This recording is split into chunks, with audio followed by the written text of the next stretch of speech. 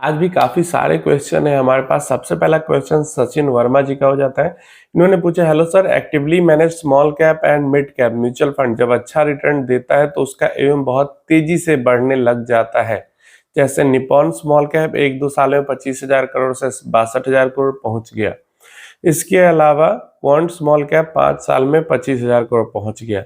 ऐसे में हम सेम म्यूचुअल फंड एएमसी में 15 साल में तो इनका एवीएम का कई लाख करोड़ पहुंच जाएगा और रिटर्न भी शायद कम हो जाए, क्योंकि मिड कैप में 150 कंपनी और स्मॉल कैप में लिमिटेड एलोकेशन ही ले पाएंगे fund manager. Please answer. Actively manage small cap mid cap नहीं, actively manage small cap mid cap large cap flexi cap multi cap जितने भी तरीके की कैटेगरी है या फिर जितने तरीके की इंडेक्स फंड की कैटेगरी है, धीरे धीरे करके सारे ही का एयूएम बढ़ेगा। जैसे जैसे हमारी इकोनॉमी ग्रो करेगी, इकोनॉमी का साइज बढ़ेगा, वैसे वैसे हमारे स्टॉक मार्केट का भी साइज बढ़ेगा। जितना ज्यादा स्टॉक मार्केट ग्रो करेगी उतना ज्यादा, मतलब स्टॉक मार्केट का वैल्यूएशन बढ़ेगा, उतना ज्यादा धीरे धीरे करके म्यूचुअल फंड का भी वैल्यूएशन बढ़ेगा।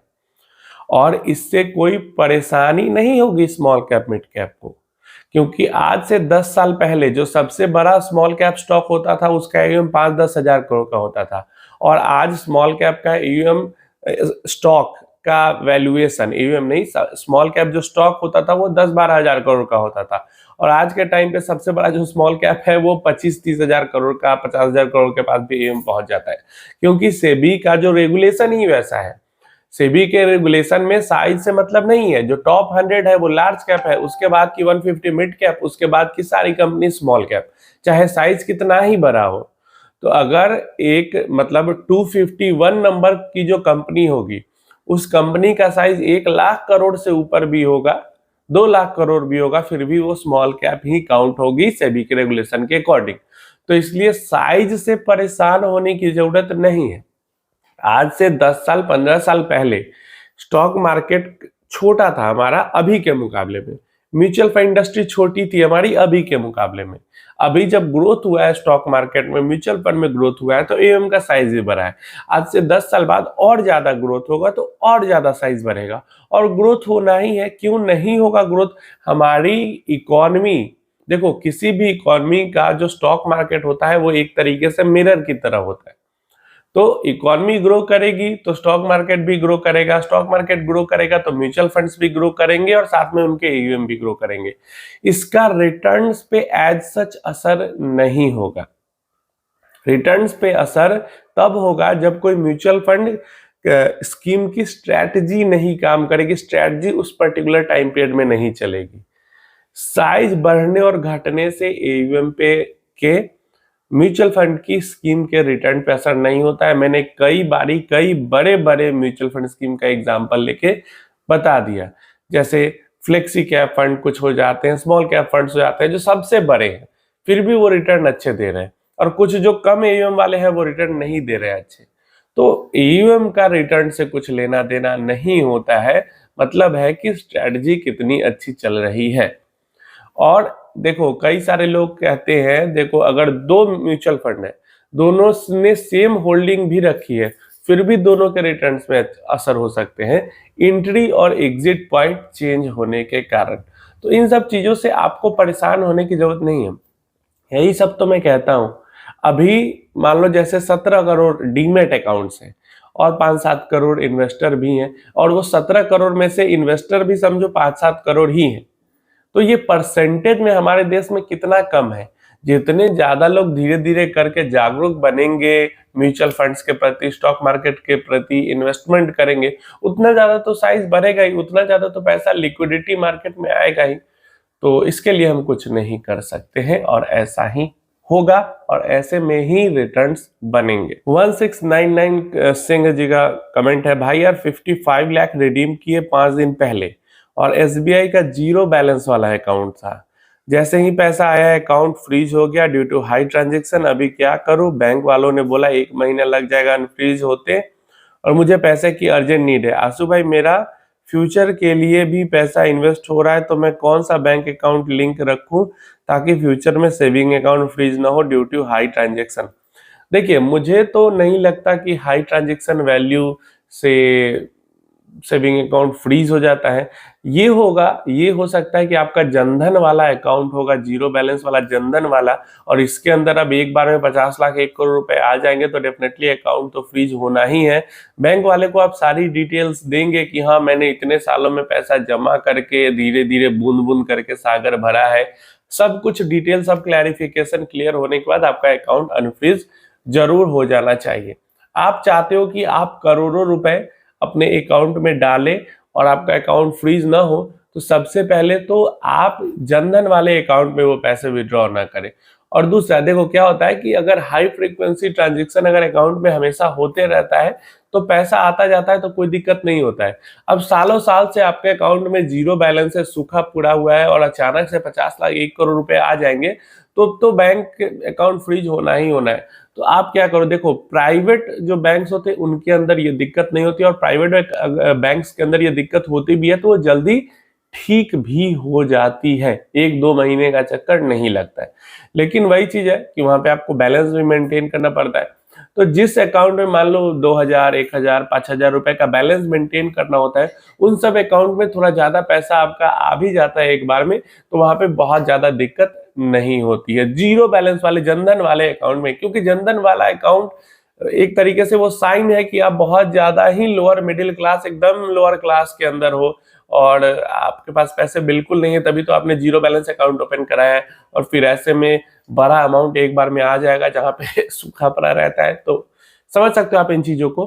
तो 1000-2000 रुपए कम से कम मेंटेन जिस सेविंग्स अकाउंट में होता है वो वाला अकाउंट ओपन करा ले, जीरो बैलेंस से अपना अकाउंट हटा ले, ये ज्यादा बेटर ऑप्शन है। धवल झांसी वाला जी का क्वेश्चन है नेक्स्ट। ओके, वन क्वेश्चन है, I have 40 lakh rupees now, so I have to invest in mutual funds और buy flat, no need its money next 15 years, और मैं रेंट दे के रह रहा हूँ, please put up this question and answer me. देखिए, कहना है इनका कि मैं अभी रेंट में रहता हूँ, अगले 10-15 साल भी रेंट में रह सकता हूँ, कोई दिक्कत नहीं है, मेरे पास 40 लाख रुपए है, मैं इन्वेस्ट करूं या घर खरीद लूं।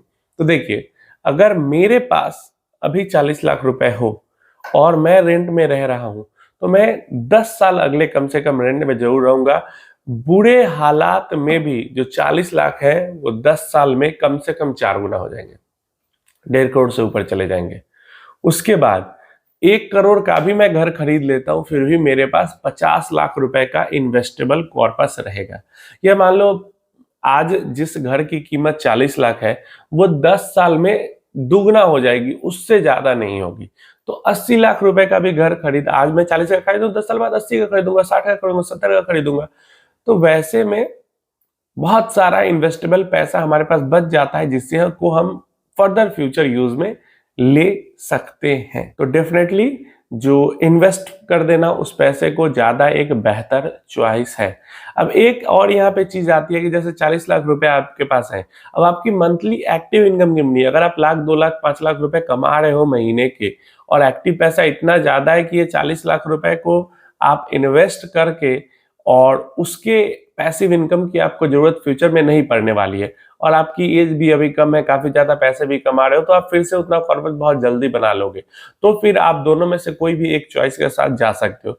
लेकिन आपके पास एक्टिव इनकम अभी कम है, एक्टिव इनकम कम है, और तब ये कॉर्पस है, तो उसको इन्वेस्ट कर देना म्यूचुअल फंड्स में ज्यादा बेहतर है, और 10 साल के बाद जाके फ्लैट खरीद लेना और बाकी पैसे को इन्वेस्टेड रहने देना, वो ज्यादा बेहतर ऑप्शन है। जो कि 99% लोग का इनकम कम ही रहता है। आपको पता ही इंडिया के अंदर में कितना ज्यादा इनकम इनइक्वालिटी है।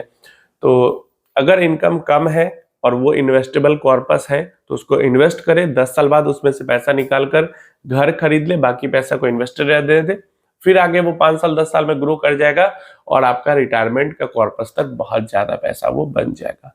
उम्मीद है इन्फॉर्मेशन क्लियर होगी। और कोई क्वेश्चन क्वेरी है तो पूछ लेना। अच्छा, ये काफी खास क्वेश्चन है, राजू देसाई जी का क्वेश्चन है, दिन प्रतिदिन मार्केट डाउन हो रहा है, पोर्टफोलियो वॉश आउट हो रहा है, फिर भी आप कहते हो मार्केट खास गिरती नहीं। ये बात अनएक्सेप्टेबल लगती है, मतलब हंसी आ गई ये क्वेश्चन मतलब सुन के। कितना मार्केट गिरी है? ओवरऑल मुझे लगता है ओवरऑल 10% टच नहीं किया होगा मार्केट ने गिरने में। अक्टूबर के महीने मार्केट 3.5-4% के आसपास गिरी है, बस ये पूरा 18-20 दिन में 3.5-4% गिरी है। तो मैं कैसे कहूं कि बहुत ज्यादा गिरावट हो गई मार्केट में? मैं तो यही कहूंगा कि खास गिरावट नहीं हुई है। जब कम से कम भी तो 10% से ऊपर निगेटिव में जाए, 15%, 20%, तब तो हम कह सकते हैं कि खास गिरावट हुई है। ये 2%, 3% का करेक्शन तो नॉर्मल है, हेल्दी है, और यही असली करेक्शन है। जो 1, 2, 3, 4 मतलब अंडर 5% जो करेक्शन होता है वो नेचुरल करेक्शन होता है और वो जरूरी का करेक्शन होता है। जो इससे ज्यादा का 8%, 10%, 15%, 25% करेक्शन होता है वो नेचुरल करेक्शन नहीं होता है, वो जानबूझकर मार्केट को गिराया जाता है ताकि बड़े लोग वापस से एंट्री कर सके और खुद का पैसा बना सके। एक जगह से कहीं से शॉर्ट करते हैं, एक जगह से कहीं से बाई करते हैं, अलग अलग जगह से पूरा एकदम चाल बिछा के और रिटेल इन्वेस्टर्स को लूटा जाता है। तो अभी जो गिरावट हो रही है, करेक्शन हो रही है, वो नेचुरल हो रही है और ऐसी गिरावट करेक्शन हर कुछ टाइम पे होनी चाहिए। जो सडन 25-30% का मूव आता है उसको हम हेवी करेक्शन कहते हैं और वो बिल्कुल भी नेचुरल नहीं होता। तो मैं तो अभी भी यही कहूंगा कि कोई खास गिरावट नहीं हुई है, ये नॉर्मल गिरावट है और हमें इसको एंजॉय करना चाहिए, परेशान इससे नहीं होना चाहिए। आप हर दिन पोर्टफोलियो देखोगे बैठ के तो आप परेशान ही होगे और ऐसे वेल्थ नहीं बना पाओगे। परेशान मत हो, इन्वेस्टेड रहो। सायन जी का क्वेश्चन है, तो भाई अब ये समझाओ, मार्केट अगर गिरेगा नहीं, हम म्यूचुअल फंड में बड़ा लमसम कैसे करेंगे और म्यूचुअल फंड में पैसा कैसे बनेगा? तो देखिए, अगर आप ये इंतजार कर रहे हैं कि मार्केट गिरेगा तभी हम लमसम करेंगे तो फिर आप कर ही नहीं पाएंगे। कई साल आपके, मान लो अगर आज से 2 साल 3 साल तक मार्केट नहीं गिरती है तो आप नहीं कर पाओगे और ये 2-3 साल का गेन जो होगा वो बर्बाद हो जाएगा। लमसम के लिए बड़ा पैसा रोक के रखने से अच्छा है उस बड़ा पैसा को 5-10 भाग में बांटो और हर महीने डाल दो। और ये नहीं है कि मार्केट कभी गिरेगी ही नहीं। भाई इतने बड़े बड़े ऑपरेटर्स लोग हैं, वो कुछ दिमाग, चाहे कितना भी कुछ भी हो, वो कुछ ना कुछ दिमाग लगा लेंगे कि कैसे मार्केट को गिराया जाए। और बड़े बड़े जो ऑपरेटर्स होते हैं वो कंट्री लेवल पे काम करते हैं, तो वो कुछ ना कुछ वैसा कर देंगे जिससे मार्केट गिरे। हमारे कंट्री को नहीं कुछ कर पाएंगे तो दूसरे कंट्री के साथ मिलकर ऐसा कुछ करेंगे कि मार्केट को गिराया जा सके।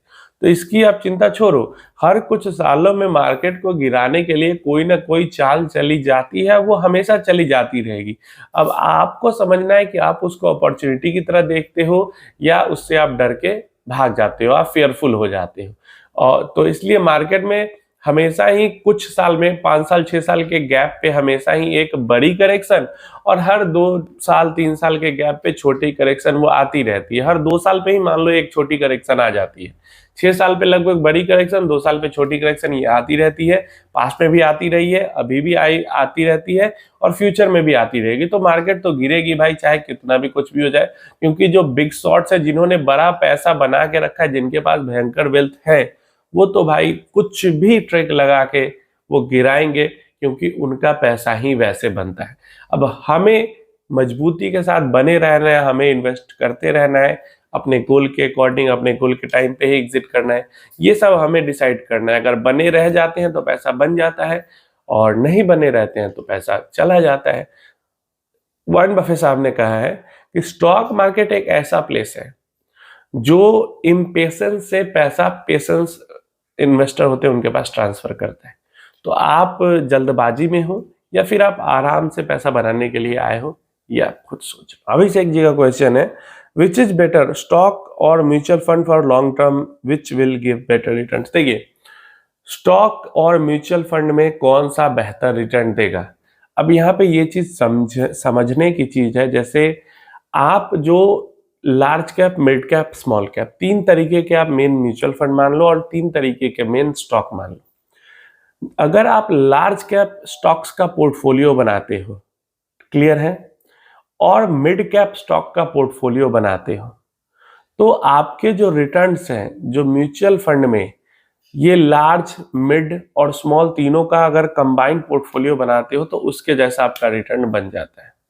अगर आपका प्रॉपर स्मॉल कैप पोर्टफोलियो है म्यूचुअल फंड में, सिर्फ स्मॉल कैप के अंदर इन्वेस्टमेंट की है, तो लॉन्ग टर्म में स्मॉल कैप म्यूचुअल फंड के पोर्टफोलियो को बीट करने के लिए आपको भी डायरेक्टली स्टॉक में स्मॉल कैप के अंदर इन्वेस्ट करना पड़ेगा और फंड मैनेजर से बेहतर स्टॉक सेलेक्ट करना पड़ेगा और उसकी एंट्री एग्जिट पॉइंट भी बेहतर सेलेक्ट करनी पड़ेगी, तभी आप स्मॉल कैप के पोर्टफोलियो के रिटर्न्स को बीट कर पाओगे। अगर आप सोच कर रहे हो कि निफ्टी 50 के स्टॉक में, निफ्टी 100 के स्टॉक में या निफ्टी 250 के स्टॉक्स में इन्वेस्ट करके हम म्यूचुअल फंड स्मॉल कैप को बीट कर देंगे, तो वो पॉसिबल नहीं है। आप लार्ज कैप म्यूचुअल फंड को बीट हो सकता है कर दो, लेकिन mid cap mutual fund, small cap mutual fund को बीट करना बहुत ज्यादा मुश्किल हो जाता है। वहां पे आपको proper research, fundamental plus technical plus entry exit point बहुत ध्यान से रखना पड़ेगा और बहुत ज्यादा मुश्किल है स्टॉक्स के साथ म्यूचुअल फंड को बीट करना। अब ऐसा नहीं है कि बीट नहीं कर सकते, बीट कर सकते हैं, लेकिन वही बात है कि आपको प्रॉपर स्मॉल, माइक्रो, मिनी इन सब स्टॉक्स के अंदर घुसना पड़ेगा। और इन सब स्टॉक के अंदर घुसने का मतलब है बहुत ज्यादा हैवी साइकोलॉजिकल प्रेशर, क्योंकि इनके अंदर जो करेक्शन आता है, मतलब भाग जाओगे आप पोर्टफोलियो बेच के पूरा इस टाइप का। तो इसीलिए इतना साइकोलॉजिकल प्रेशर झेलना, इतना जेम्स को ढूंढना, ये सब बहुत ज्यादा मुश्किल है। और इन सब से आसान क्या है, एक सिंपल सा स्मॉल कैप म्यूचुअल फंड के अंदर इन्वेस्ट कर लेना। रिटर्न्स बेहतर बन सकते हैं, लेकिन मेहनत भी बहुत ज्यादा है, मेंटल मेहनत बहुत ज्यादा है direct small, micro, mini stocks के अंदर इन्वेस्ट करने में। लार्ज कैप स्टॉक के अंदर इन्वेस्ट करके म्यूचुअल फंड को नहीं बीट किया जा सकता है। उम्मीद है इन्फॉर्मेशन हेल्पफुल होगी। कोई और क्वेश्चन या क्वेरी है तो नीचे कमेंट बॉक्स में जरूर पूछ लेना।